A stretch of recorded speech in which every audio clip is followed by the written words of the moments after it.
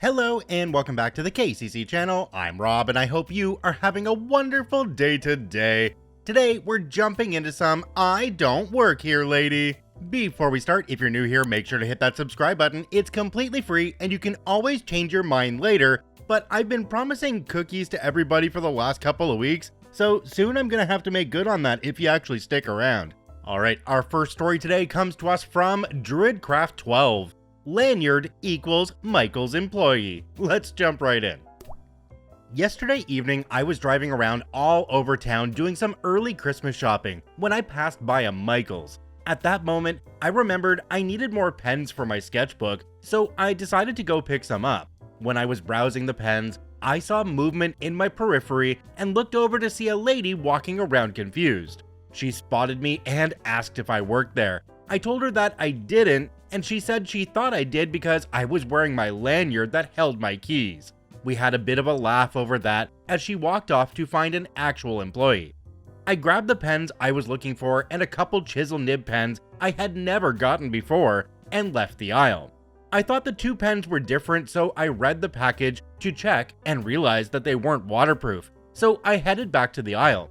On my way there, a man approached me and, for the second time tonight, asked me if I worked there. Once again, I said I didn't, and he mentioned the lanyard like the lady before. I told him that was the second time tonight someone had asked me that because of the lanyard. Turns out that was his wife who asked me earlier. We also had a laugh and went on our way. It was late and there weren't a lot of people around, so I guess I understand the mistake. But the funniest part is that Michael's employees, while they do wear lanyards, they wear red Michael's shirts with either jeans or khakis. I was wearing a baggy black Unis Annis shirt, light gray baggy Stranger Things sweatpants, flip-flops, and my lanyard was covered in the ZooMed logo with many keys, car fobs, and a Spider-Man Funko keychain, among other things, dangling from it. Don't know how two people made that mistake, haha. Nothing wild and crazy like most of the stories here, but a fun, wholesome, yet silly interaction. OP did add on a really quick edit at the end. It says, "Edit, I'm not assuming that everyone should know what a Michael's uniform looks like, but retail places usually have uniforms, and they're meant to stand out from everyday street clothes. Also, I forgot to mention I was wearing a floral backpack purse, but they couldn't really see that from the angle they approached me." Jumping down to the comment section on this one, there's one from a user called bstrauss3. It says, "When it comes to specialty products, it's often worth a polite risk, especially given the depth of knowledge of the typical employee. Oftentimes, rando dude in the aisle knows way more, especially places like Wurstfly where it goes in cycles. They hire people with some knowledge, then discover they're expensive, so they have them covering the whole floor. They get replaced by zero knowledge generalists. Lather, rinse, repeat." OP replied to this comment. It says, "That makes sense. I think I overheard them when I went to the front that they were talking about custom frames. I was at the pen, marker, and calligraphy section, not the frames. So even by that logic, it makes it funnier. Haha. If I'm walking around a store and somebody walked up to me and asked me a question about something in that store, I think I'd probably do my best to help them. That's just the kind of person that I am, even if I don't work in that store. Or if I don't have any knowledge on that, I might even help them find a person who works there who can help them in that case. But then again, that also depends on how much of a hurry I'm in, because if I want to get in and out of a store, well, I'm not going to help you at all. Sorry." Our next story today comes to us from Jabookalakq. "Tired dude who looks like a bum works at the grocery store? Okay then, let's jump right in." Didn't think I'd have a story for here again, considering I rarely leave the house, but here I am. I needed to make an excursion outside to feed the kitty her treats of choice, as I had run out from spoiling her rotten like she demands. All bow before the cat queen in my home, haha. So I get my stuff on and get ready to leave and walk to the grocery store to pick up her tasties and some more cat food. Cast, moi, the meat popsicle, Karen, the clueless idiot, SM, the store manager, and HE, helpful employee, just doing her best.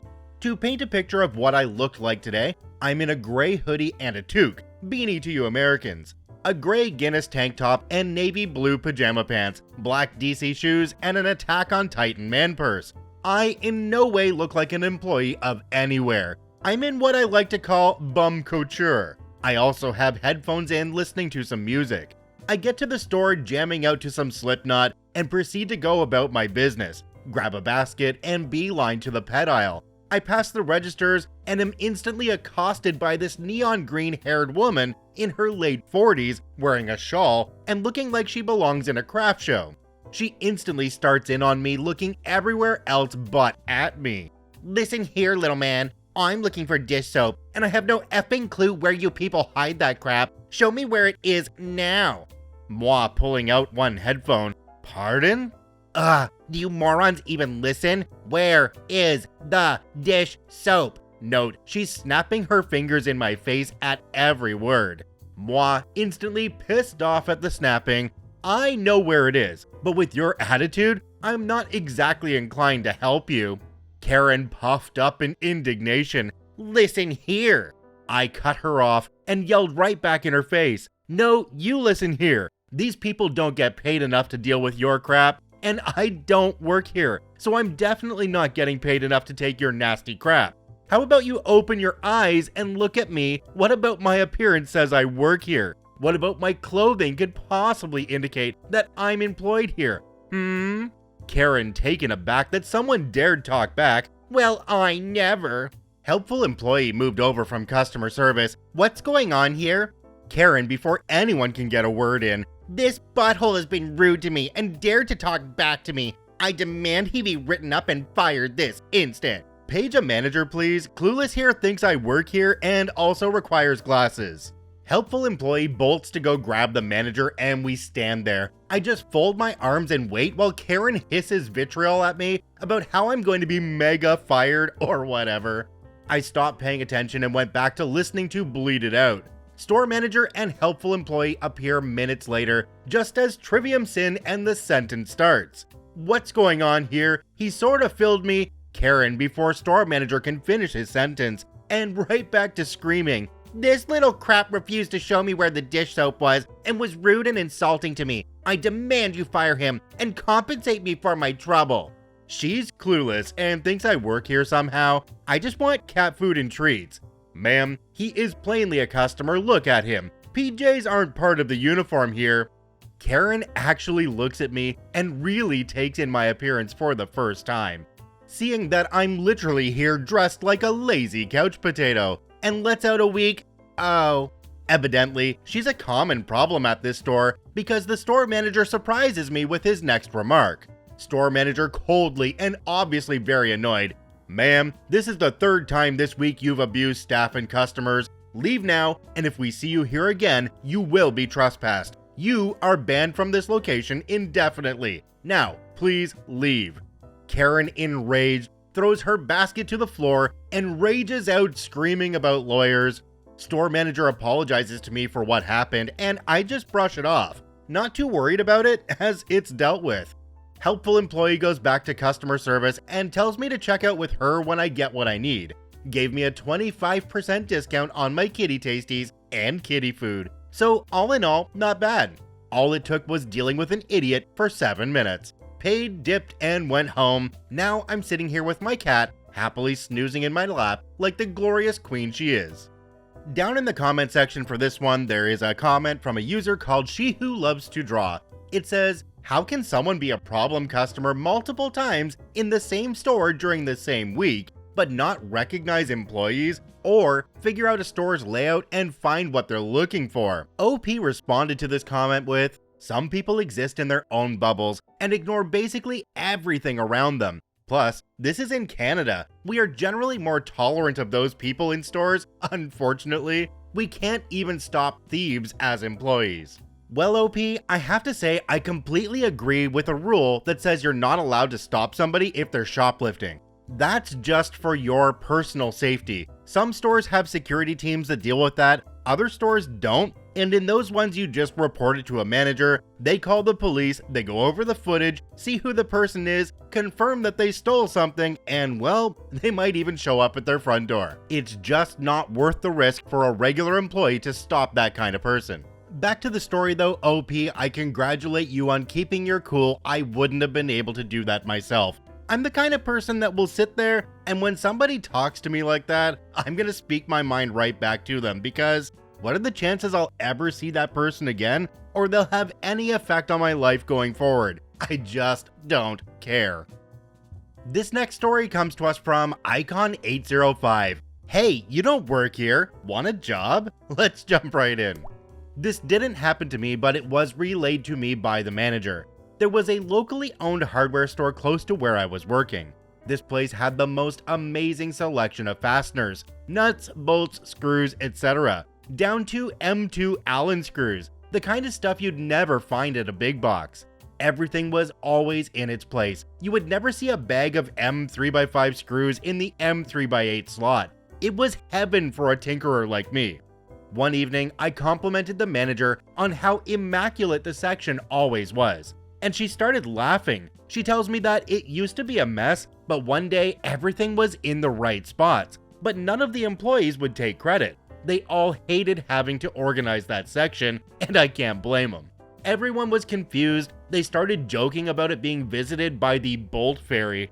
A couple days later, she notices a teen boy intently looking through one of the drawers. Then, he moves a few bags around and closes it. She realized she was witnessing the Bolt Fairy in action. He notices he's being watched. He muttered a timid, "I'm sorry," and turns to leave. The manager stops him and says, "Don't be sorry, but I can't have you working here unless you work here. Can you come back later with your mom or dad?" He mutters a shy, "Okay," and leaves. About an hour later, he comes back with his mom. The mom was looking apprehensive and apologetic. The teen looked like he knew he was about to be in big trouble. The mom explained that her son was a high-functioning autistic and loved organizing things. He wouldn't get stressed about things that were disorganized, but just enjoyed sorting stuff. The manager explained that for insurance, legal, and moral reasons, he couldn't work in the store unless he worked for the store. The mom said that it wouldn't happen again, and the teen's eyes started to water. That's when the manager pulled out an application and a uniform polo and asks what hours he wanted to be scheduled. The mom just started laughing, and the boy exploded into tears of joy. I found out later that he worked there for about 2 years, until his family had to move across the country. When he put in his notice, the owner found out where they were moving, went online, and found another locally owned hardware store with good reviews, contacted them, and gave a glowing recommendation. Wait a minute, what is this? A great story with a wonderful shop owner? Can we hear more of these in this subreddit, please? This is a really wacky world we live in, and is the reason for this sub, and stories like this just make you feel good. I have a feeling the owner of this store would be an amazing person to work for. Our next story today comes to us from Urlockgaur. A lady mistakes me for an employee, gets upset when I explain that I'm not. Let's jump right in.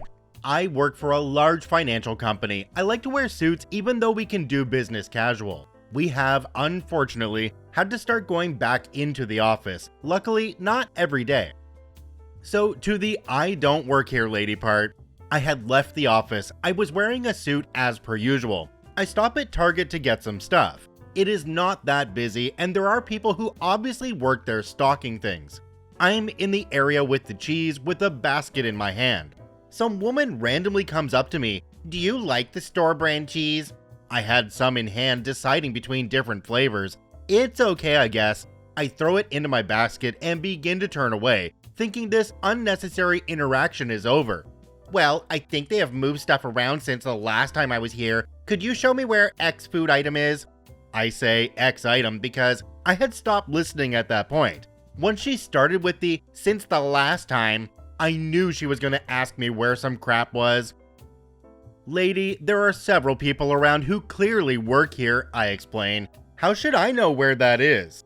I turn and walk away, but feel like she is glaring into the back of my head. The nearest aisle is only a few steps away, so I make a wide turn down it so I can see if this is correct. Sure enough, as I glance back, she is staring at me with a pissed and surprised look on her face. I was able to get away before she started going Karen or something.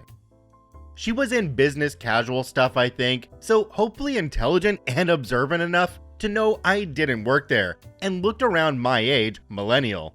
People sometimes say our age cohort is entitled. I have only witnessed a few cases of millennial entitlement, but I couldn't believe this person thought I should help them find something. Come on, lady, use your feet to walk the aisles and eyes to look for what you want. Don't rely on strangers. I barely ever ask people that work at a store where things are. They have more important stuff to do than wasting time pointing me to crap. I would never even think to ask some stranger. How entitled do you need to be to ask some random guy to help you look for something? Even if there had not been several employees in the vicinity, the food area is not that big. Walk around and use your eyes, please. It's like, hello, I don't work here, lady. I'm just as clueless as you are when it comes to where coffee or whatever it was she wanted is. Sorry for the rant, but asking strangers to help you find something in a store reeks of learned helplessness or something. Whoa. Okay, OP added an edit on after this one. It says, added after seeing many of the comments. I see now that I'm the butthole in this situation. I have been given a lot to think about. As I state in some of my replies, I have huge defects in social situations, especially nonverbal, unspoken context. I thought when someone asked me where something was, that was literally all they were asking. I just could not grasp why they would ask me and not an employee.